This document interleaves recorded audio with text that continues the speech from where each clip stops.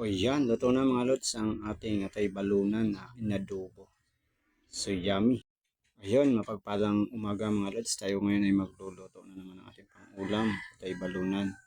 So lalakuan po natin ang patata. So bago yung prituhin po muna natin ang patata, ating isasahog sa atay balunan. So ito po ang ating mga ingredients. Meron tayong kamatis, sibuyas, at bawang. So at meron tayong sili. So ito na nga mga lods at natapos na natin prituhin ang patatas at isunod na po natin yung pagigisa ng mga ingredients, bawang, sibuyas at ang kamatis. So ayan na mga lods, tayo ay mag-umpisa na nga maggisa ng bawang, no? At sunod na natin yung sibuyas. At syempre meron yan ang kamatis na ay lalahok din natin. So optional lang po natin yung kamatis sa pag-isa natin dito sa ating lulutuing atay balunan. So yan, green. Yan po ipinitas ko sa aking mini garden.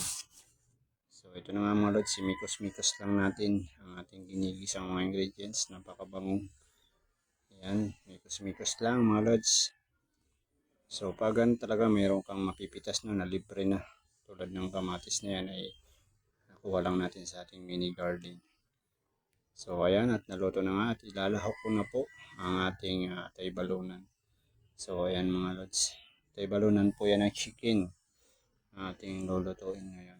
So kakaiba na pag luluto ng atay balunan na adobo kasi lalahukan natin siya ng piniritong potatoes. So ayan mga lods, ay may kanya-kanya naman tayong technique sa pagluluto para mapasarap ang ating lutuin. So nilagyan ko na nga po siya ng silver swan tuyo. So at ito na mga lods, maglagay ako ng pamintang durog. So at maglalagay din po ako ng kalamansi. 3 pirasong kalamansi po yan ating sinama. Hindi po ako naglalagay sa pag-adobo po. Hindi po ako naglalagay ng suka. So ang madalas kong ginagamit ay kalamansi juice para mas malinamnam.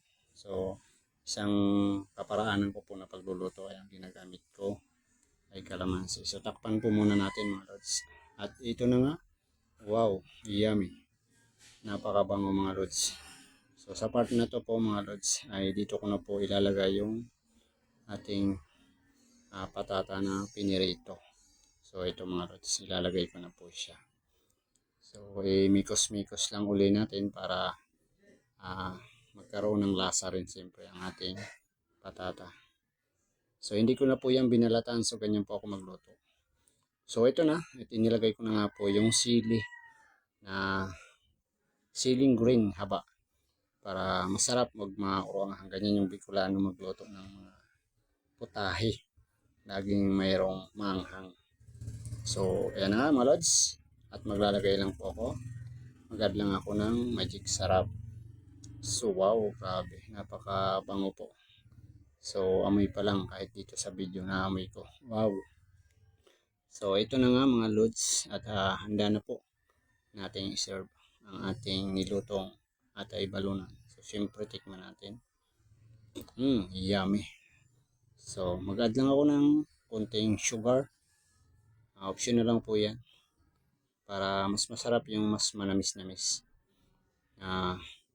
Pag panlasang Pinoy, yung nagtatalo yung tamis tsaka yung anghang. So ayan mga lods, ready na nga na iulam ang ating lutong atay balunan. So again, akin uling lalasahan. So ayun, tumama na dahil dun sa inad nating sugar. So ayan mga lods, napakasarap. Handa na para iulam natin sa pananghalian.